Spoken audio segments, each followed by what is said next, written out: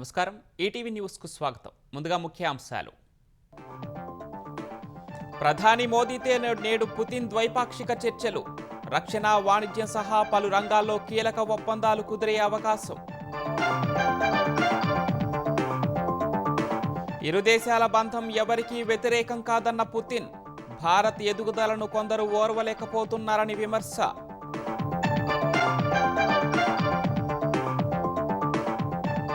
అమరావతిని సృజనాత్మక నగరంగా తీర్చిదిద్దుతామన్న చంద్రబాబు. రెండో దశ భూ సమీకరణకు ముందుకొస్తున్న గ్రామాలు.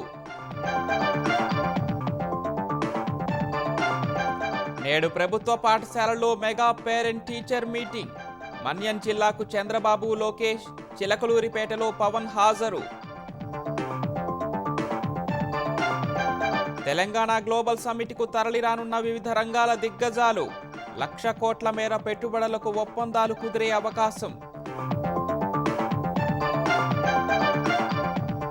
తొలి విడత పంచాయతీ పోరులో 395 సర్పంచులు ఏకగ్రీవం. రెండో దశకు పోటెత్తిన నామినేషన్లు. మూడో దఫాకు నేడే తుది గడువు. గురువారం మరో 550 ఇండిగో సర్వీసుల రద్దు. ఫిబ్రవరి 10 వరకు ఇబ్బందులుంటాయన్న సంస్థ. సమస్యలపై డీజీసీఏకు నివేదన.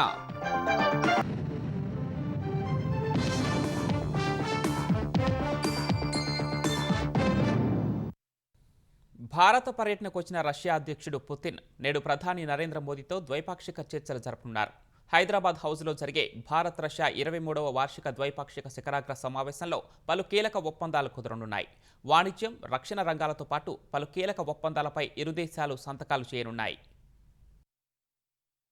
భారత్తో చిరకాల బంధాన్ని మరింత బలోపేతం చేసుకునే దిశగా రష్యా అధ్యక్షుడు వ్లాదిమిర్ పుతిన్ భారత పర్యటనకు వచ్చారు. 2 రోజుల పర్యటనలో భాగంగా రాత్రి ఢిల్లీ చేరుకున్న పుతిన్ కు ప్రధాని నరేంద్ర మోదీ ఘన స్వాగతం పలికారు. పాలం విమానాశ్రయంలో పుతిన్ విమానం దిగిరాగానే మోదీ ఆయనకు కరచాలనంతో పాటు ఆలింగనం చేసుకున్నారు. భారతీయ సంప్రదాయ నృత్యాలతో పుతిన్ కు స్వాగతం లభించింది. అనంతరం వారిద్దరూ ఒకే కారులో ప్రధాని నివాసానికి చేరుకున్నారు. అక్కడ ప్రధాని మోదీ పుతిన్ కు ప్రైవేటుగా విందు ఇచ్చారు. ఈ ఉదయం 11 గంటలకు పుతిన్ కు రాష్ట్రపతి భవన్లో అధికారిక స్వాగతం లభించనుంది. తర్వాత ఆయన హైదరాబాద్ హౌస్ లో భారత్ రష్యా 23వ వార్షిక శిఖరాగ్ర సమావేశానికి హాజరవుతారు. రక్షణ రంగంలో మరింత సహకారం, అంతర్జాతీయంగా వస్తున్న వాణిజ్య ఒత్తిళ్లను తట్టుకోవడం, చిన్న తరహా మాడ్యులర్ అణు రియాక్టర్ల రంగంలో పరస్పరం సహకరించుకోవడం వంటి అంశాలపై ఇరువురు నేతలు చర్చలు జరపనున్నారు. ఈ సందర్భంగా పలు కీలక ఒప్పందాలను కుదుర్చుకోనున్నారు. ఇందులో భాగంగా $2 బిలియన్ విలువైన జలాంతర్గాములు లీజు ఒప్పందంపై ఎంఓయూ కుదిరే అవకాశముందని తెలుస్తోంది. ముడి చమురు దిగుమతుల కారణంగా రష్యాతో వాణిజ్య లోటు భారీగా ఉన్న అంశాన్ని ప్రధాని మోదీ ప్రస్తావించే అవకాశముంది. రష్యాలో భారతీయ కార్మికులకు ఉద్యోగ అవకాశాలపై ఒప్పందం కుదరనుంది. ఎరువుల దిగుమతులపైన ఒప్పందం ఖరారు కానుంది. చమురు దిగుమతులపై రష్యా మరింత సబ్సిడీని ఆఫర్ చేసే అవకాశముంది. యూరేసియన్ ఆర్థిక కూటమితో స్వేచ్ఛా వాణిజ్య ఒప్పందం గురించి పుతిన్, మోదీ చర్చించవచ్చని తెలుస్తోంది. చర్చల తర్వాత హైదరాబాద్ హౌస్ లోనే పుతిన్ కు ప్రధాని మోదీ విందు ఇస్తారు. శిఖరాగ్ర సమావేశం తర్వాత పుతిన్ రష్యా ప్రభుత్వ ఛానల్ను భారత్లో ప్రారంభిస్తారు. తర్వాత ఆయన గౌరవార్థం రాష్ట్రపతి ఇచ్చే ఆతిథ్యాన్ని స్వీకరిస్తారు. భారత్ మండపంలో ఫిక్కీ, రోజ్ కాంగ్రెస్ సంయుక్తంగా నిర్వహించే వాణిజ్య సమావేశంలో పుతిన్, మోదీ పాల్గొంటారు. అనంతరం పుతిన్ రష్యా తిరుగుపయనమవుతారు. పుతిన్ భారత పర్యటన సందర్భంగా ఢిల్లీలో కట్టుదిట్టమైన భద్రతా ఏర్పాట్లు చేశారు. 5,000 మందికి పైగా సిబ్బందిని భద్రతా విధుల్లో నియమించారు. పుతిన్ వెళ్లే అవకాశమున్న మార్గాలు, సమావేశ ప్రదేశాలను అత్యున్నతాధికారులు స్వయంగా పర్యవేక్షిస్తున్నారు. ఉగ్రవాద వ్యతిరేక దళాలు, స్వాట్ బృందాలు, స్నైపర్లు, తక్షణ స్పందన దళాలను కీలక ప్రాంతాల్లో మోహరించారు. భద్రతా కారణాల రీత్యా రాత్రి పుతిన్ బస చేసిన ప్రాంతాన్ని రహస్యంగా ఉంచారు. భారత్ రష్యా బంధం ఏ ఒక్కరికి, ఏ దేశానికి వ్యతిరేకం కాదని రష్యా అధ్యక్షుడు పుతిన్ స్పష్టం చేశారు. ఈ బంధం 2 దేశాల ప్రయోజనాలను కాపాడుకోవడానికేనని పేర్కొన్నారు. భారత పర్యటన సందర్భంగా ఆయన జాతీయ మీడియాకు ఇంటర్వ్యూ ఇచ్చారు. అంతర్జాతీయ మార్కెట్లో భారత్ ఎదుగుదలను కొంతమంది జీర్ణించుకోలేకపోతున్నారని పుతిన్ విమర్శించారు. అందుకే రష్యాతో సన్నిహిత సంబంధాలను అడ్డుపెట్టుకుని భారత్ ప్రభావాన్ని తగ్గించేందుకు ప్రయత్నిస్తున్నారని తెలిపారు. పాశ్చాత్య దేశాల ఆంక్షలు భారత్ రష్యా ఇంధన బంధంపై పెద్దగా ప్రభావం చూపలేదని స్పష్టం చేశారు. రష్యా నుంచి భారత్ ముడి చమురు కొనుగోలుపై అమెరికా అభ్యంతరాలను పుతిన్ తోసిపుచ్చారు. రష్యా చమురు కొనడానికి అమెరికాకు హక్కు ఉన్నప్పుడు భారత్కు ఎందుకు ఉండదని ప్రశ్నించారు. అణు ఇంధన అవసరాల కోసం అమెరికా ఇప్పటికీ తమ వద్ద అణు ఇంధనాన్ని కొంటోందని తెలిపారు. గతంలో భారత్ను చూసినట్లు ఇప్పుడు చూడలేరన్న పుతిన్, ప్రధాని మోదీ ఎవరి ఒత్తిళ్లకు తలొగ్గే రకం కాదని, ఆయనను చూసి భారత ప్రజలు గర్వించాలని పేర్కొన్నారు. రాజధాని అమరావతిని ఓ సృజనాత్మక నగరంగా తీర్చిదిద్దుతామని సీఎం చంద్రబాబు ఉద్ఘాటించారు. అమరావతిలో ప్రతి భవనాన్ని విలక్షణంగా పచ్చదనంతో అలరారేలా నిర్మించాలని స్పష్టం చేశారు. రాజధానిలో గవర్నర్ నివాసం, లోక్ భవన్ సహా ఇతర పనులకు నాబార్డు నుంచి 7,380 కోట్ల రుణం తీసుకునేందుకు సీఎం అంగీకారం తెలిపారు.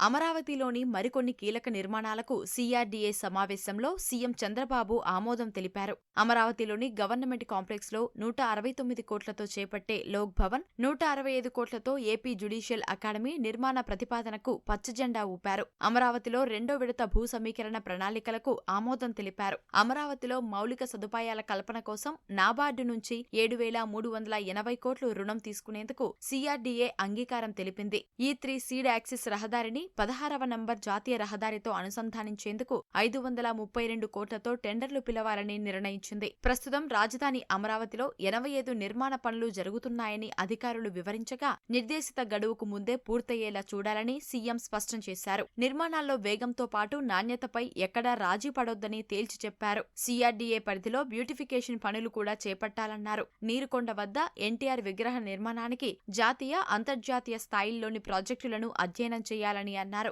తెలుగు ప్రజలందరి భాగస్వామ్యంతో ఈ ప్రాజెక్టును చేపట్టాలని సీఎం సూచించారు. జనవరి కల్లా సీడ్ యాక్సిస్ రహదారిని మంగళగిరి రోడ్డుకు కలుపుతామని సీఆర్డీఏ సమావేశం తర్వాత మంత్రి నారాయణ చెప్పారు. జగన్ నేరుగా వచ్చి చూస్తే అమరావతి అభివృద్ధి పనులు కనిపిస్తాయని చురకలు అంటించారు.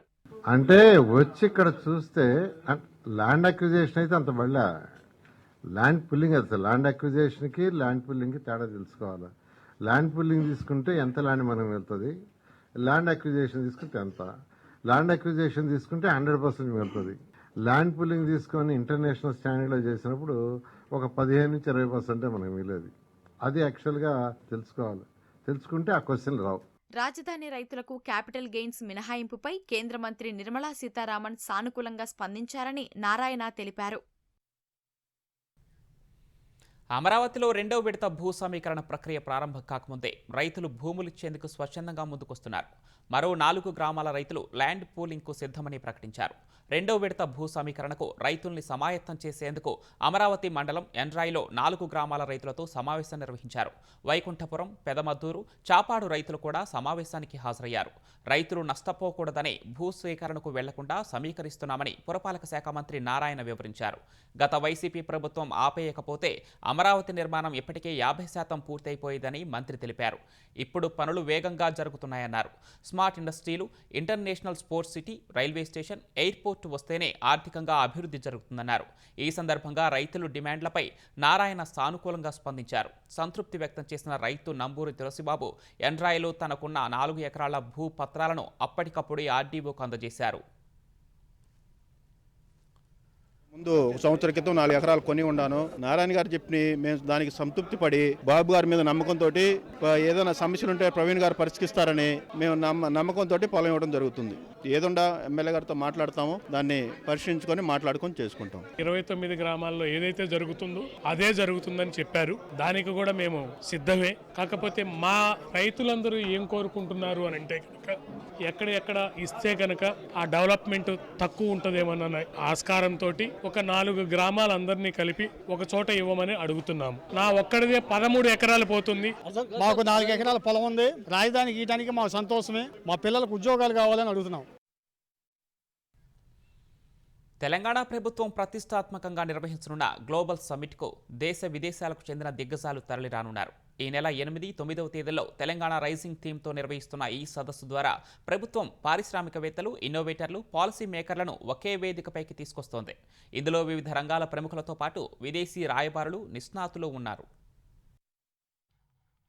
తెలంగాణ రైజింగ్ గ్లోబల్ సమ్మిట్ ను విజయవంతం చేసేలా రాష్ట్ర ప్రభుత్వం పటిష్ట ప్రణాళికలతో ముందుకెళ్తోంది. ఈ సదస్సులో పాల్గొనాల్సిందిగా సుమారు 4,800 మందికి ఆహ్వాన పత్రాలు పంపింది. ఇప్పటికే 600 మందికి పైగా జాతీయ, అంతర్జాతీయ ప్రముఖులు సంసిద్ధత వ్యక్తం చేసినట్లు ప్రభుత్వ వర్గాలు పేర్కొన్నాయి. ప్రముఖ పారిశ్రామికవేత్తలు, సినీ, క్రీడా, విద్యారంగాల ప్రముఖులు, విదేశీ రాయబారులు సహా సుమారు 2,000 మంది అతిథులు హాజరవుతారని అంచనా వేస్తున్నారు. Adani group chairman Gautam Adani, Reliance Industries director Anant Ambani, Mahindra group chairman Anand Mahindra, TVS group chairman R Dinesh, GMR group chairperson G Mallikarjuna Rao, Prestige group chairman Irfan Razack, Biocon Limited executive chairperson Kiran Mazumdar Shaw global summit కు వస్తారని అధికారులు తెలిపారు. Trump media and technology group CEO Eric Swider, Ras al Khaimah ప్రతినిధి Tariq Al Qasimi, Unilever ప్రతినిధి Rohit Jawa, Hyundai MD Unsoo Kim, Toshiba CMD Hiroshi Furuta, Godrej group executive vice chairperson రీరోజ్ Godrej, MRF MD Arun Mammen summit కు రానున్నారు. London University chair of board of trustees Kavitha Reddy,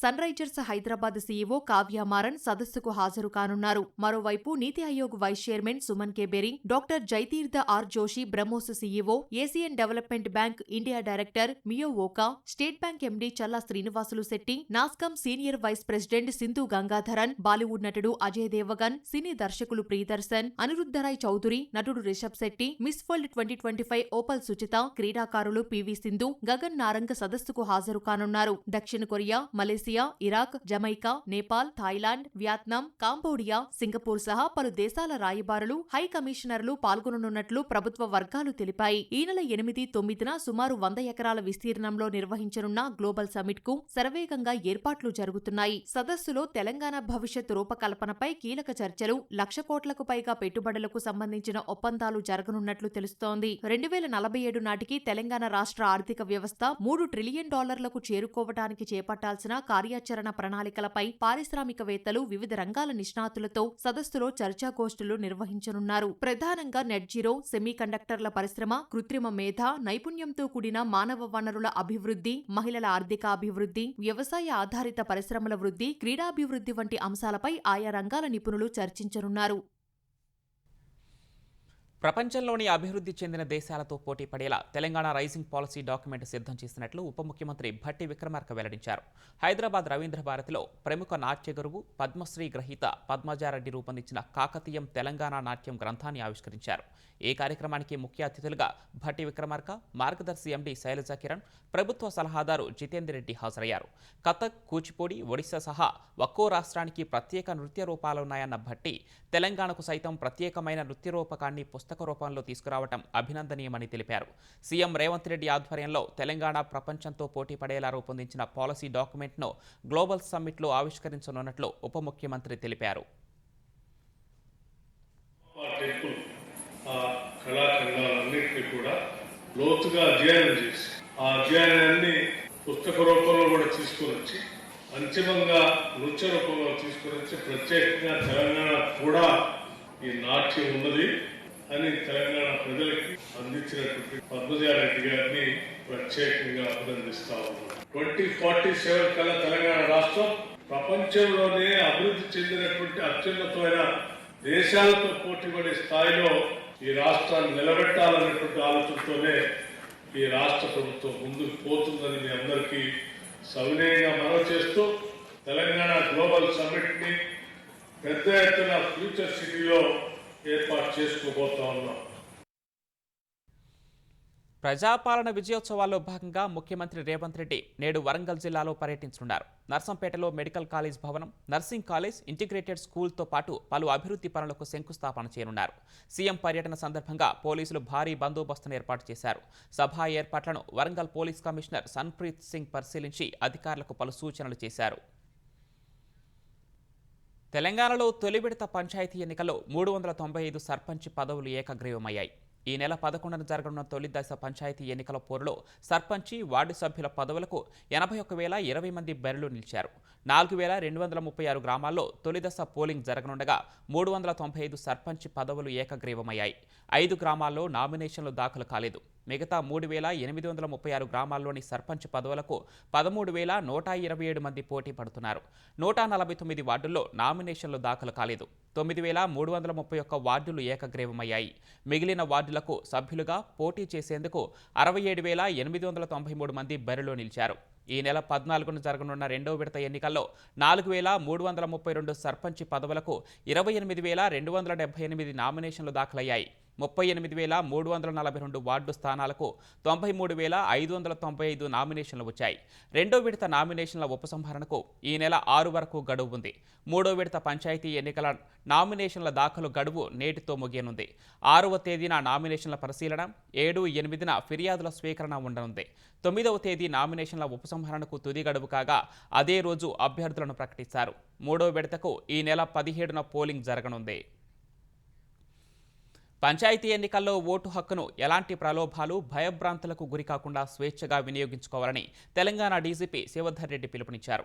Kamareddy, Nirmal జిల్లాల్లో పర్యటించిన DGP స్థానిక సంస్థల ఎన్నికలను ప్రతిష్టాత్మకంగా తీసుకున్నట్లు వెల్లడించారు. నిర్మల్లో పోలీస్ అధికారులు, సిబ్బంది కోసం నిర్మించిన భవనాలను ప్రారంభించారు.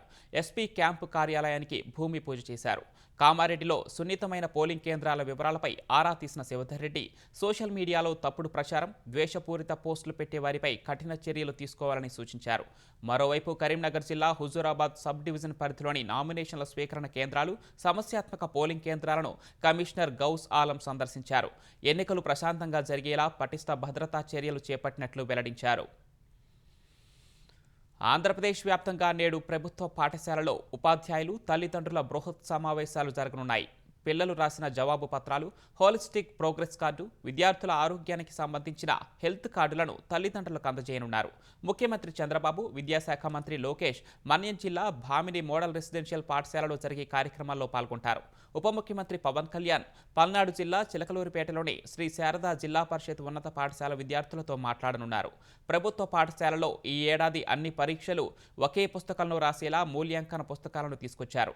వాటితో పాటు హోలిస్టిక్ ప్రోగ్రెస్ కార్డు, విద్యార్థుల ఆరోగ్యానికి సంబంధించిన హెల్త్ కార్డులను పాఠశాల విద్యాశాఖ తీసుకొచ్చింది. తద్వారా పిల్లల చదువులు ఏ స్థాయిలో ఉన్నాయో తల్లిదండ్రులు అర్థం చేసుకునే వీలుంటుందని విద్యాశాఖ పేర్కొంది. కూటమి ప్రభుత్వానికి ఇంత బలం ఉండి ప్రజల ఆకాంక్షలకు అనుగుణంగా వ్యవస్థల్లో మార్పులు తీసుకురాకపోతే ఎన్ని పదవులు ఉన్నా ఉపయోగం లేదని ఉప ముఖ్యమంత్రి, జనసేన అధినేత పవన్ కళ్యాణ్ అన్నారు. చిత్తూరులో ఏర్పాటు చేసిన డివిజనల్ డెవలప్మెంట్ కార్యాలయం ప్రారంభించిన అనంతరం కూటమి పార్టీల కార్యకర్తలతో సమావేశమయ్యారు. ఇదే ఐక్యతతో మరో 15 ఏళ్లు కష్టపడితే ఆంధ్రప్రదేశ్లో సుస్థిర అభివృద్ధి సాధ్యమవుతుందన్నారు. ఏళ్ల తరబడి ప్రమోషన్లకు నోచుకొని 10,000 మంది పంచాయతీరాజ్ శాఖ ఉద్యోగులకు పదోన్నతులు కల్పించగలిగానని అన్నారు.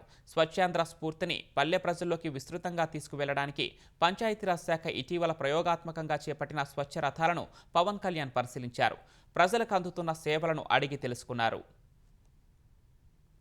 ఎక్కడం మనకి బాధ్యత తప్ప అది మనకి అలంకారం కాదు. పదే నేను ఏం చెప్తుంటే 15 సంవత్సరాలు ఉండాలి ఎందుకు కోరుకుంటానంటే కూటమి ప్రభుత్వాన్ని, ఈ రాష్ట్రానికి అంత స్టెబిలిటీ అవసరం, అంత సుస్థిరత అవసరం. మనం ఏ మంచి ఉద్దేశంతో పెట్టామో కానీ ఈ కూటమి కూడా కేంద్రానికి బలం అయిపోయింది. కానీ మన అందరి ఉద్దేశం కామన్ మినిమం ప్రోగ్రామ్ కింద రాష్ట్రం బాగుండాలి, రాష్ట్రంలో అరాచకాలు ఉండకూడదు. ఇది మన అందరి ఉద్దేశం.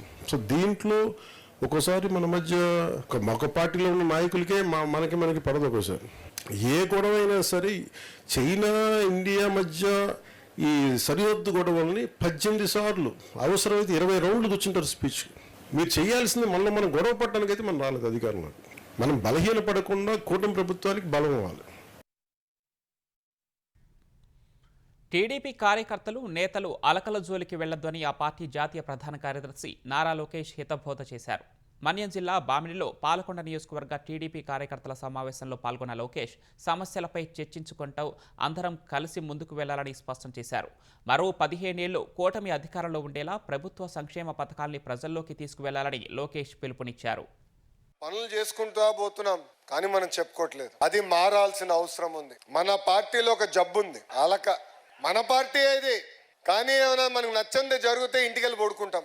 దానివల్ల నష్టపోయేది ఎవరు? మనమే. ఈ అలక మానేయాలి. మీరు అందరూ అనుకోవచ్చు అబ్బా లోకేష్ అనుకుంటే అయిపోతుందని, కానీ బాబు గారిని ఒప్పించాలి, పాలిట్ బ్యూరోని ఒప్పించాలి. అంత తేలికైన పని కాదు ఇది. కొన్ని అయినాయి, కొన్ని అవలేకపోయినాయి. కానీ ఏనాడే నేను అలిగానా, ఆగానా? ఒకటి కాదు, రెండు కాదు, 100 సార్లైనా మనం మాట్లాడుకోవాలి, చర్చించాలి, అనుకుంది మనం సాధించాలి. ఈ పొత్తు ఏదైతే మనకుందో రాబోయే 15 సంవత్సరాలు కలిసికట్టుగా పనిచేయాల్సిన అవసరం ఉంది. చిన్న చిన్న సమస్యలు ఉంటాయి, కుటుంబం అన్నప్పుడు కూర్చోవాలి, మాట్లాడుకోవాలి, మన సమస్యలు మనమే పరిష్కరించుకోవాలి తప్ప మిస్ ఫైర్లు, క్రాస్ ఫైర్లు మన చరిత్రలో ఉండదు. వైసీపీ హయాంలో చోటు చేసుకున్న తిరుమల శ్రీవారి పరకామణి చోరీ కేసు చిన్నదేనన్న జగన్ సంగతి దేవుడే చూసుకుంటాడని మంత్రి లోకేష్ అన్నారు. లక్షల కోట్ల జనం సొమ్ము దోచుకున్న జగన్కు వెంకన్న హుండీ దోపిడీ చిన్న చోరీలా కనిపిస్తుందా అని ప్రశ్నించారు. అది మహాపాపమని గ్రహించాలని హేతో పలికారు. తిరుమల శ్రీవారిని జగన్ అవమానించడం దుర్మార్గమని మండిపడ్డారు.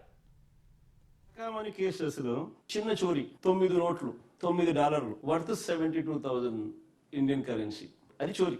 దీనికి ప్రాయశ్చిత్తంగా ఆ దొంగ కుటుంబ సభ్యులు 14 కోట్లు విలువైన వారి ఆస్తులను వారు దేవుడికి ఇవ్వడం తప్పవుతుందా?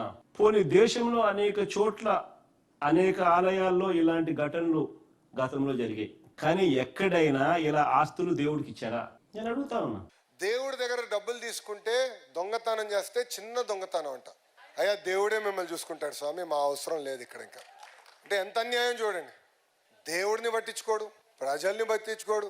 వాళ్ళ పార్టీకి చెందిన ఒక వ్యక్తి చనిపోయాడని పరామర్శించడానికి వెళ్ళేటప్పుడు ఇంకొక ఇద్దరు చంపాడు. వాళ్ళు రప్ప అంటే మొన్నే కుర్చీ మరత పెట్టాం.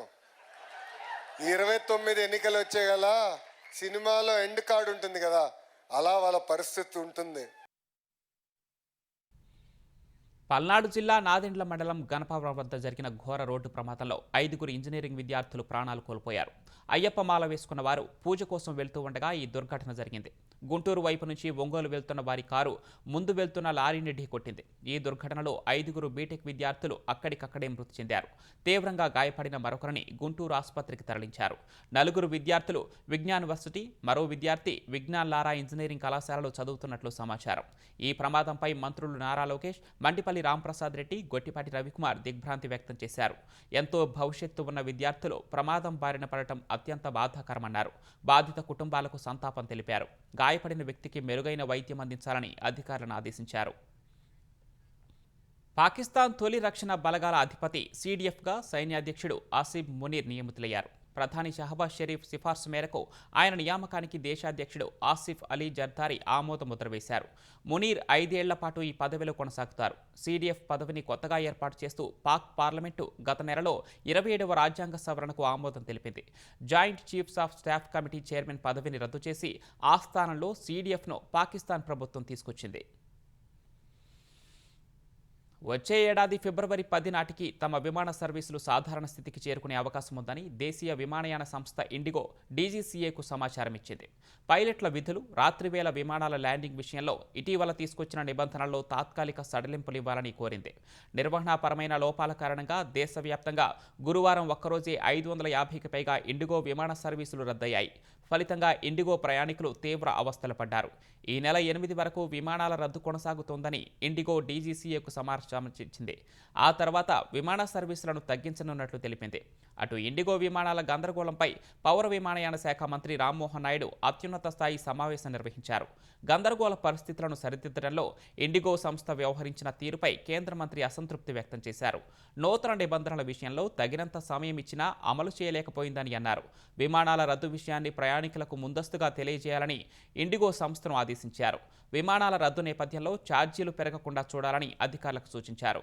ఇండిగో కార్యకలాపాలను నిరంతరం పర్యవేక్షించేందుకు ఆ సంస్థ నిర్వహణ కేంద్రాలకు అధికారులను పంపామని పౌర విమానయాన శాఖ ఓ ప్రకటనలో తెలిపింది. తిరుమల శ్రీవారి ఆలయంలో కార్తీక దీపోత్సవం ఘనంగా నిర్వహించారు. ముందుగా శ్రీవారికి సాయంకాల కైంకర్యాలు, నివేదనలను అర్చకులు శాస్త్రోక్తంగా నిర్వహించారు. అనంతరం నేతి ఒత్తులతో దీపాలను వెలిగించి మంగళ వాయిద్యాలతో ఊరేగింపుగా విమాన ప్రదక్షిణం చేస్తూ ఆనంద నిలయంలో శ్రీవారికి హారతినిచ్చారు. తర్వాత ఆలయ ప్రాంగణం అంతటితో పాటు ఆంజనేయ స్వామి, వరాహస్వామి ఆలయం, స్వామి పుష్కరిణి వద్ద దీపాలను పెట్టారు.